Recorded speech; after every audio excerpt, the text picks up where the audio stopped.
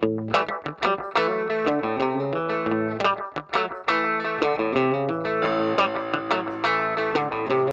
investidores! Meu nome é Amanda Notini, estou aqui mais um dia para apresentar para vocês, junto com a Luciana, o projeto Papo de Investidoras. E hoje vamos falar sobre dois produtos muito conhecidos na renda fixa.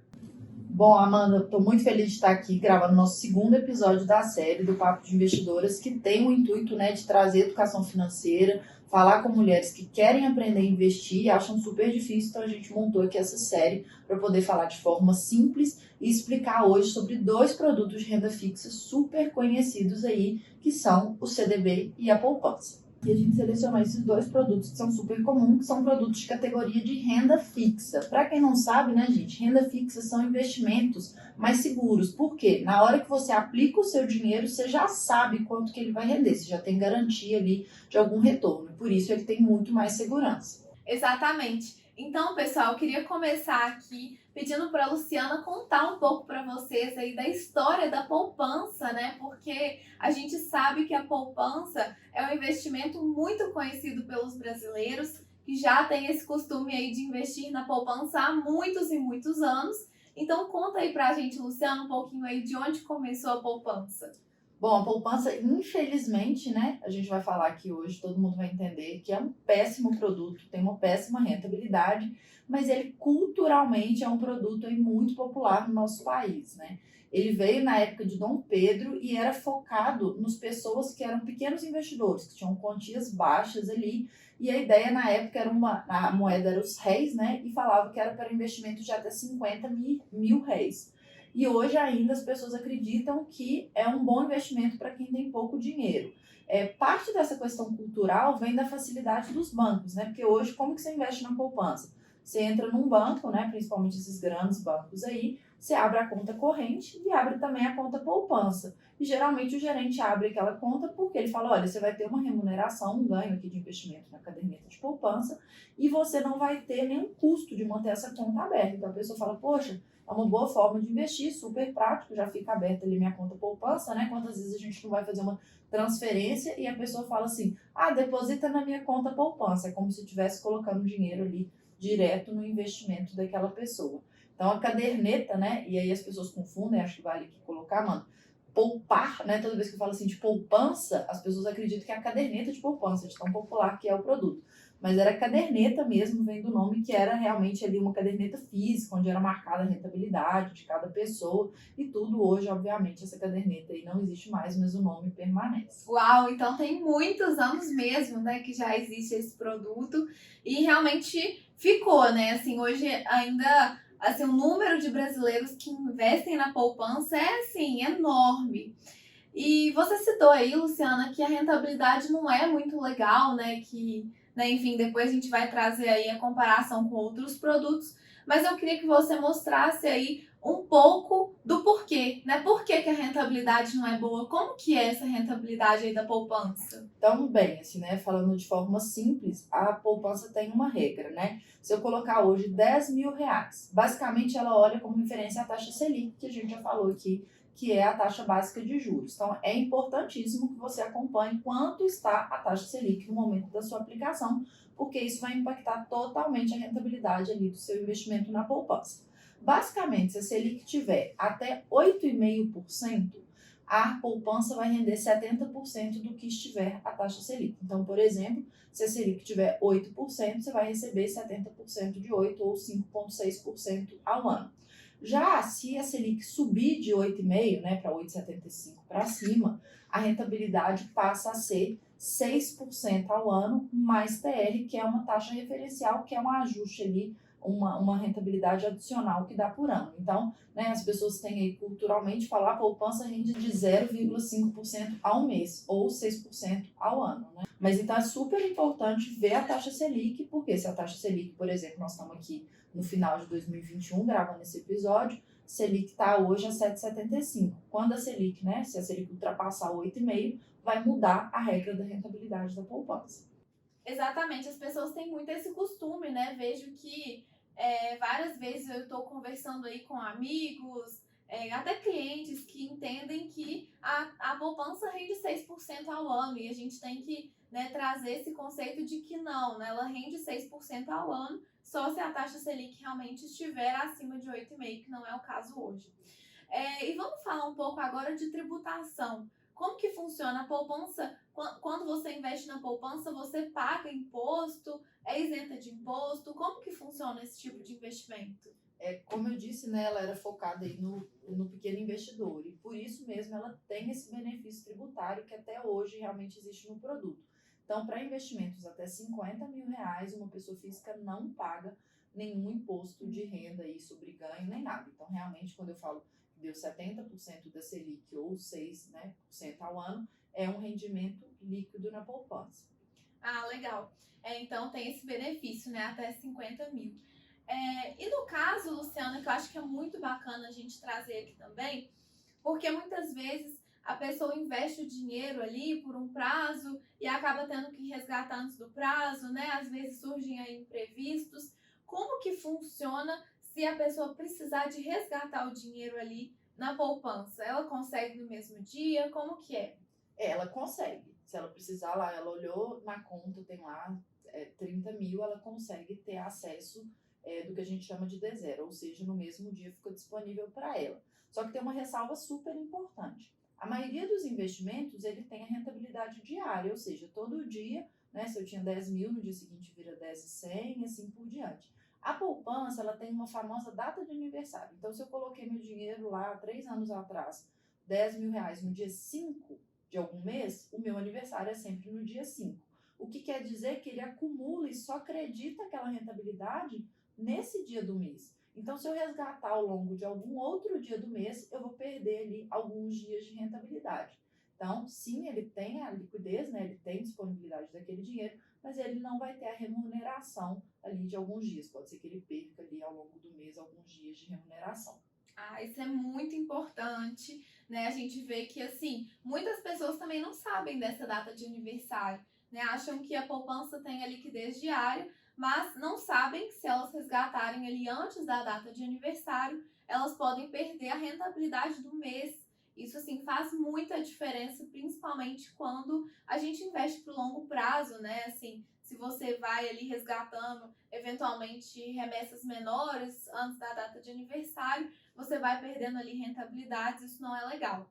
Eu acho que é bacana, a gente trouxe aqui os principais pontos da poupança, né? Acho que tem mais algum ponto que você gostaria de adicionar aí sobre a poupança, que é importante o pessoal Eu acho que é entender? legal a gente falar aqui um pouquinho do CDB, que depois a gente vai conseguir comparar muito melhor aí com a poupança, que são dois produtos comuns. Então, como a gente vai falar dos dois, acho que, né, vale a gente comparar no final.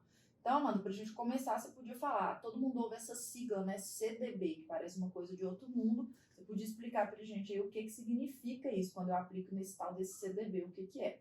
Ah, então perfeito. O CDB, ele é um certificado de depósito bancário, né? Então, nada mais é do que um título que os bancos emitem aí de dívida, né, para as pessoas poderem emprestar dinheiro para os bancos, para que com esse dinheiro os bancos possam investir ali em projetos, pagar suas dívidas, crescer. Então, eles pegam o dinheiro emprestado e no momento que você empresta o dinheiro para o banco, você já sabe qual a rentabilidade que você vai receber, qual é o prazo daquele empréstimo e esse empréstimo chama certificado de depósito bancário. Joia. Então, eu ligar para um banco nada mais é, quando eu estou aplicando meu dinheiro no banco via, né, num CDB, nada mais é do que eu estar aplicando meu dinheiro no banco. Legal. E, Amanda, já, né, a gente liga para o banco e a gente ouve CDBDI, pós-fixado, pré-fixado. Você pode explicar um pouco melhor sobre essas opções de modalidades aí? Se eu quiser hoje aplicar o meu dinheiro num CDB, quais são as opções que eu tenho? Perfeito. Para a gente entender aqui primeiro das rentabilidades, eu acho que é legal a gente falar sobre o CDI, né? Porque o CDI é a taxa de referência para muitos investimentos e principalmente aí para o CDB. E o que acontece, Luciana? Os bancos, eles não podem fechar o caixa, né? Ou fechar o dia com saldo negativo. Então, eles precisam de emprestar dinheiro ali um para o outro, né? E para que eles emprestem o dinheiro um para o outro, eles cobram uma taxa de juros. E essa taxa de juros interbancária que a gente fala é chamada de CDI, né? Que é a taxa que eles cobram ali entre eles para não fechar o caixa no negativo.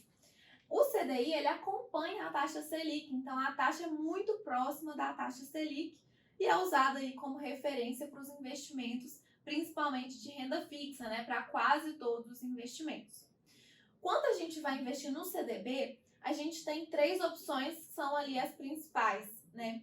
Tem o pós-fixado, que é o mais comum, que é onde você recebe uma taxa ali pós-fixada atrelada ao CDI. Então, vamos supor, você vai investir num CDB que pode te pagar 120% do CDI ou 103% do CDI. Então, a taxa vai variando de acordo com o CDI, mas você sabe que você vai receber sempre 103, 120, né, um percentual da taxa do CDI.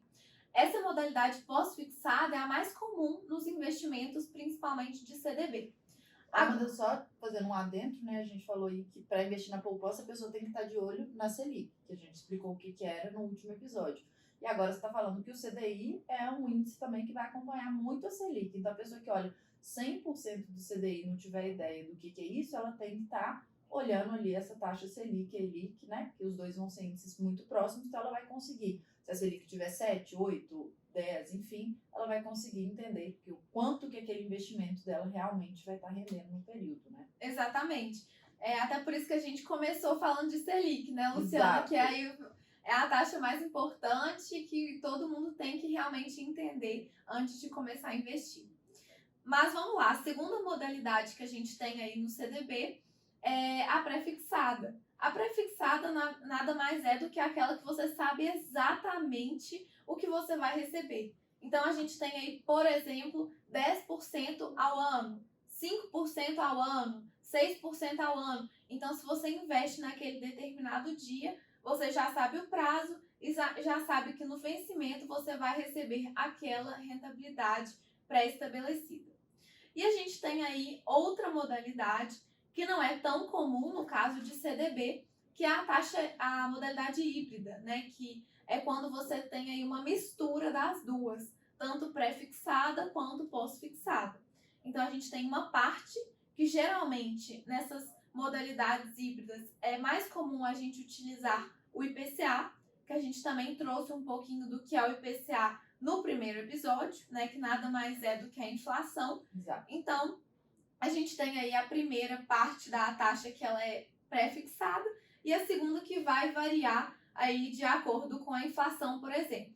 A parte pré-fixada é sempre 5%, 10%, 6%, então você também já sabe ali quando você vai fazer o investimento quanto vai ser aquela taxa, né? Então, geralmente é lá IPCA mais 6, IPCA mais 5, né? Então, são as 3 modalidades aí mais conhecidas, as 3 modalidades que existem aí nos investimentos no CDB. Como você falou, né, a mais comum de todas é a pós-fixada, ou seja, ela te paga um percentual ali do CDI.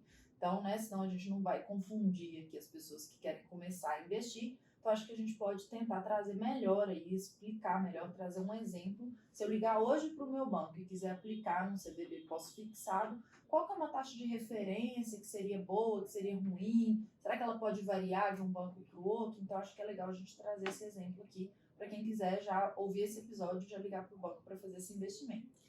Perfeito, isso realmente é muito importante, né? A taxa ela vai variar de banco para banco. Então, vamos supor que eu ligue hoje no BTG Pactual, por exemplo, eu vou ter lá um CDB com uma taxa de 103% do CDI, né? O BTG a gente sabe que é um banco grande, né? Que tem um risco baixo, então a gente sabe que tem aquele CDB lá de 103% do CDI. Agora, se eu ligo num banco X que tem um risco mais elevado, pode ser que aquele mesmo CDB ali para aquele mesmo prazo esteja pagando 106% do CDI.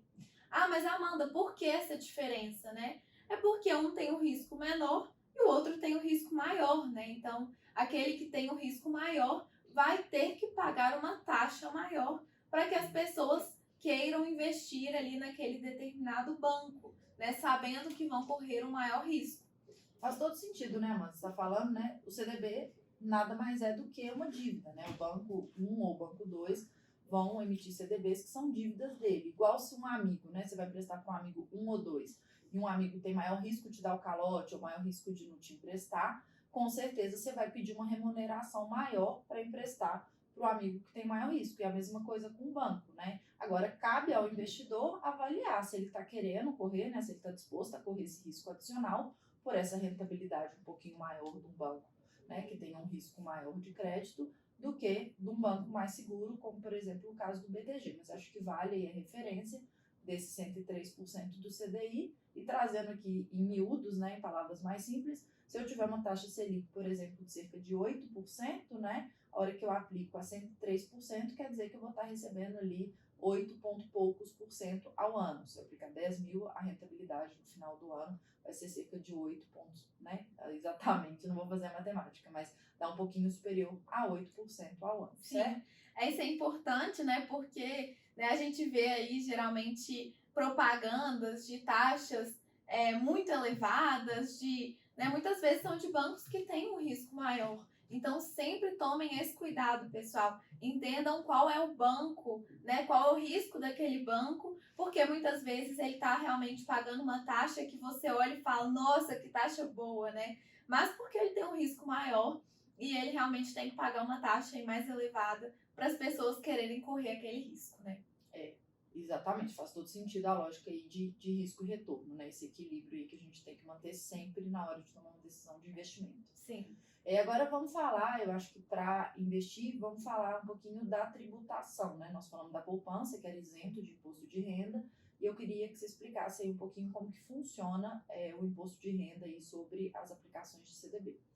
Isso é importante também na hora de comparar, né? O CDB ele não tem ali um valor no qual ele é isento, então independente do valor que você invista no CDB, você vai ter que pagar uma tributação.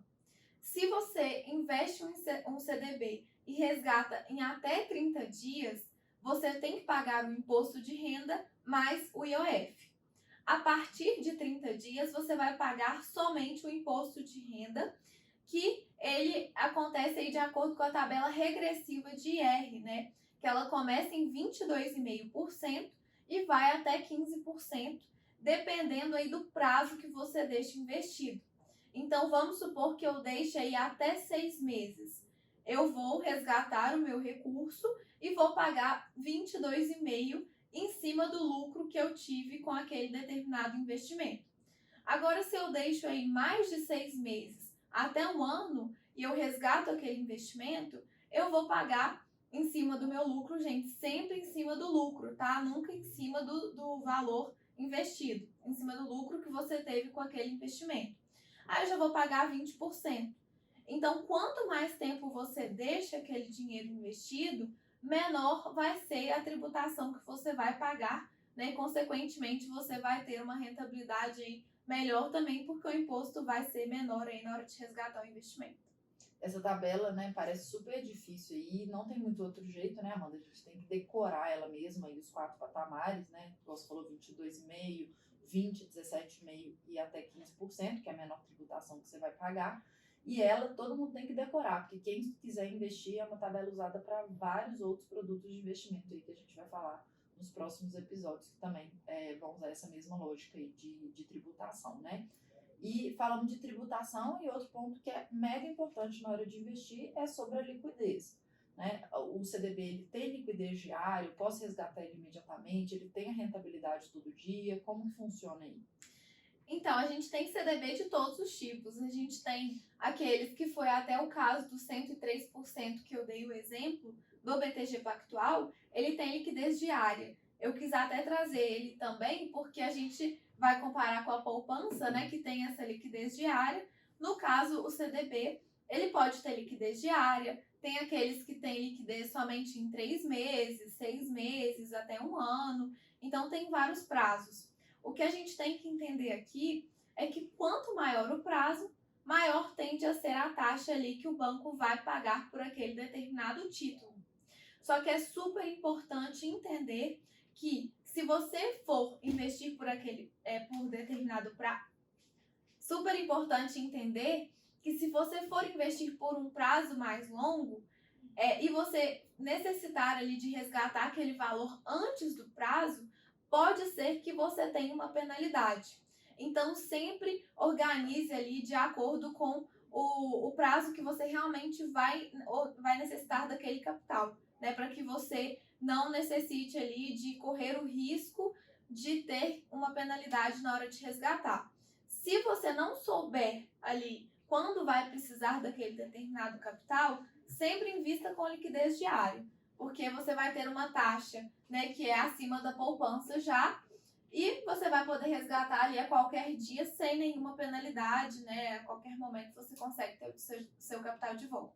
Então ele tem, né, a opção, eu posso ter o mesmo CDB no mesmo banco, né, numa mesma instituição, eu posso ter ele com a disponibilidade imediata, né, eu poder resgatar de imediato, ou então com um vencimento ou com um prazo que a gente chama de carência, né? Para quem quiser aqui anotar palavras-chave aí quando for ligar para o banco e saber se realmente vai estar disponível esse recurso, acho que tem que perguntar, né?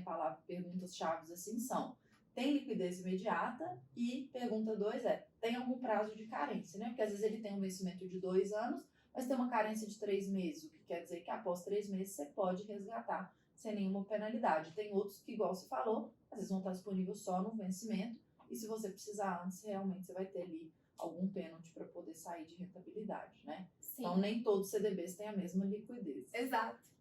Certo. Então, já falamos de liquidez, já falamos de tributação, e agora eu acho que para fechar a lógica do tripé, a gente tem que falar um pouco de risco, né? A gente comentou que culturalmente a poupança era o produto mais queridinho aí dos brasileiros. Será que realmente ele tem menor risco? Você podia contar para a gente aí sobre a questão do risco de uma poupança e de um CDB no mesmo banco?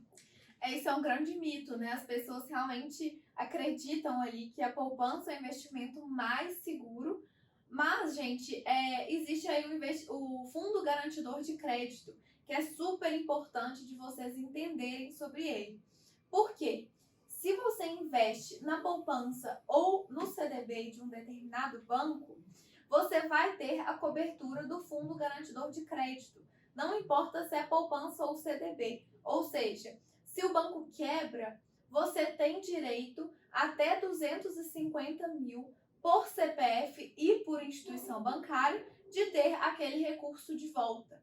Então, não importa se é CDB ou se é poupança, o banco quebrou, você tem lá 200 mil investido no banco, você vai ter o direito de receber esses 200 mil pelo Fundo Garantidor de Crédito.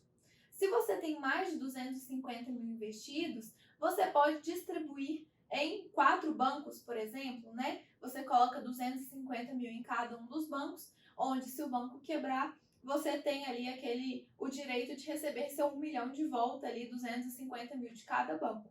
Então, o CDB e a poupança têm risco semelhante, né? Diante aí da garantia do Fundo Garantidor de Crédito. Então, olha para você ver, um mito, né? Porque os dois você colocando, em outras palavras, o CDB e a poupança no mesmo banco, eles têm exatamente a mesma cobertura, o mesmo risco, e o CDB tem melhor rentabilidade, né, do que a poupança. A gente falou muito aí que a poupança é ruim e tem uma rentabilidade pior do que a do CDB. Acho que a gente podia tentar trazer em números aqui, apesar que a gente não tem nenhuma animação gráfica aqui para ajudar, mas vamos tentar trazer os exemplos aqui para todo mundo acompanhar o raciocínio. Você deu um exemplo para a gente, né, de um CDB do BTG, que tem um baixíssimo risco, que é uma instituição muito segura, que está pagando hoje com liquidez imediata 103% do CDI, né? E a poupança, por outro lado, a gente falou que ela rende 70% da Selic.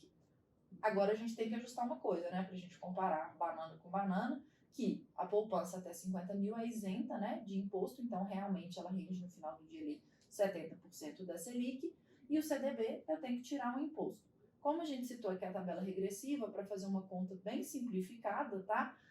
Vamos usar um imposto de 20% de ganho. Então, se eu tenho uma remuneração de 103, fazendo uma conta aqui bem de padaria, eu teria cerca de 83% do CDI de rentabilidade líquida.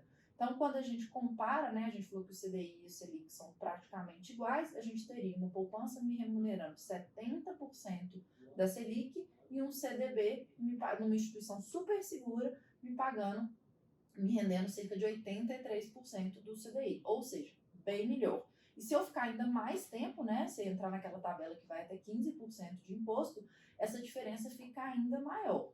Ou seja, eu acho que de tudo que a gente falou, uma coisa que é para deixar super claro é não invista dinheiro na poupança. Se você tem hoje dinheiro na poupança, corre lá, resgata e procura um banco para colocar pelo menos no CDB, que você vai estar no mesmo risco e vai estar com uma remuneração muito melhor. Eu acho que depois desse podcast, né, eu espero que todas as investidoras que estão aqui nos ouvindo busquem aí outros investimentos, principalmente quem está na poupança, né, que eu acho que é o ponto principal que a gente queria trazer aqui para vocês, que tem outros investimentos tão seguros quanto e com uma facilidade também muito grande aí para estar investindo nesses outros produtos, né? Então, espero que a gente tenha conseguido abrir o olho de vocês, trazer um pouco mais aí de conhecimento desses dois produtos. Espero que vocês estejam saindo aqui desse podcast de hoje com conhecimento maior aí sobre os produtos da renda fixa. E é só o início, né, Luciana? A gente vai trazer aqui vários dos outros produtos para vocês. Espero que vocês tenham gostado. E é um prazer aqui estar com vocês mais um dia aqui no Papo de Investidoras. Até o próximo episódio com mais produtos aí para você aprender a investir. Obrigada, pessoal, e até a semana que vem. Tchau, tchau.